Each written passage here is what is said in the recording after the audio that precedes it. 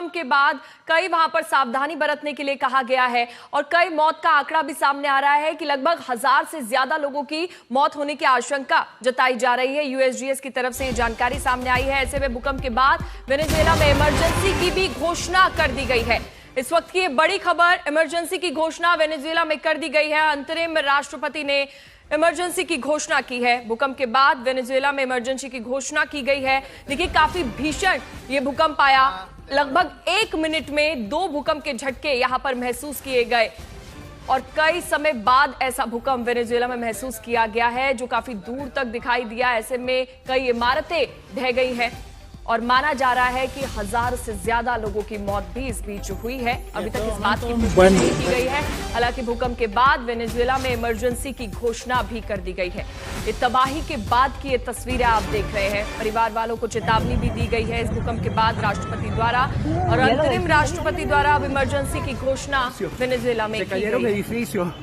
अलग अलग तस्वीरें आप देख रहे हैं। 2 भूकंप के झटके महसूस किए गए हैं। कई इमारतें यहाँ पर ढह गई है और विचलित कर देने वाली ये तस्वीरें हैं। काराकास के जगह पर बहुमंजिला इमारत ढह गई। ताजा वीडियो ये आप देख रहे हैं।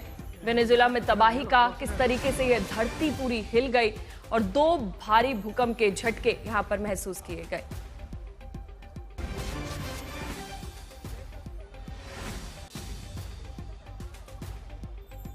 तो 40 सेकंड में 2 बार धरती कांपी है और ये तबाही के बाद की आप तस्वीरें देख रहे हैं। सारी बड़ी बड़ी इमारतें यहां पर ढह गई हैं और ये ताजा वीडियो आप देखिए कितना तेजी से ये भूकंप आया है। पूरी स्कूटी हिल रही है और लोग यहां पर विचलित हो गए। प्रणय हमारे साथ जुड़े हुए हैं। प्रणय, जो अभी माना जा रहा है यूएसजीएस की तरफ से कि 1000 से ज्यादा लोगों की मौत हुई है, क्या यह आंकड़ा बढ़ सकता है? और प्रणय ये भी बताइएगा कि कितनी दूर तक आखिर ये भूकंप के झटके महसूस किए गए हैं?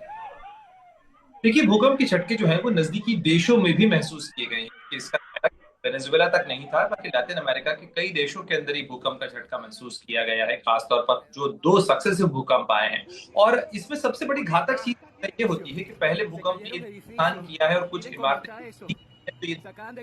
बड़ा भूकंप आता है उसके तत्काल बाद या आफ्टर शॉक ज्यादा इंटेंस आता है, तब उसके बाद जो बिल्डिंग्स गिर नहीं पाई थी उस पहले भूकंप के अंदर वो भी धराशायी हो जाती है, क्योंकि जो है वो उसमें दरारें आ जाती हैं और दूसरे भूकंप के झटकों के कारण इमारतें धराशायी हो जाती हैं। इस कारण से ज्यादा। चलिए ठीक है प्रणय, आप हमारे साथ बने रहिएगा, आपके पास लौटेंगे। तो ताजा तस्वीरें तो हम आपको लगातार दिखाई रहे हैं वेनेजुएला में भूकंप के झटके की। अब आप सहयोगी आशुतोष मिश्रा के पास लिए चलते हैं ताजा अपडेट के लिए। आशुतोष। पूजा, दरअसल जिस तरह की तस्वीरें हमने वेनेजुएला में देखी है, 7 रिक्टर का भूकंप बहुत बड़ा होता है। आपको अगर याद हो तो आखिरी तस्वीरें हमने नेपाल में देखी थी, 2 भूकंप जब आए थे और किस तरह पूरा का पूरा शहर काठमांडू से लेकर के उत्तर दक्षिण के इलाके। अब ये हम आप जो डेटा दिखा रहे हैं, ये यूएसजीसी जो यूएस जियोलॉजिकल सर्वे है वो ये दिखा रहा है। उसका एस्टिमेटेड डेटा बता रहा है कि जिन इलाकों में भूकंप नहीं महसूस हुआ, ऐसे 10 पूरे वेनेजुएला में, कैरेकस समेत ऐसे 10 इलाके हैं जहां पर भूकंप या तो मॉडरेट रहा है, स्ट्रांग रहा है या वेरी स्ट्रांग रहा है। लेकिन जिन इलाकों में सीवियर रहा है वहां आबादी का जो घनत्व है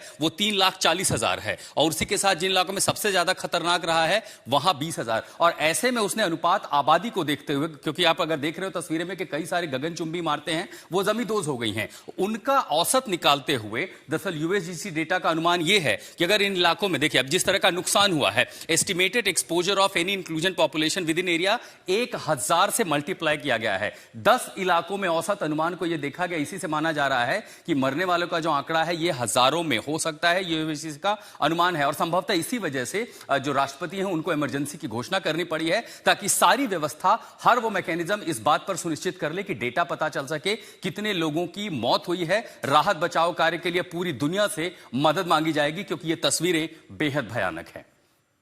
चलिए ठीक है आशुतोष, हमारे साथ बने रहिए। तो ताजा तस्वीरें हम आपको ये दिखा रहे हैं भूकंप के झटके के बाद की कि इमारतें कितनी यहां पर ढह गई है और लोगों को अलर्ट पर भी रहने को कहा गया। आशुतोष ने बताया कि किस तरीके से कितनी दूर तक भूकंप के झटके महसूस किए गए हैं।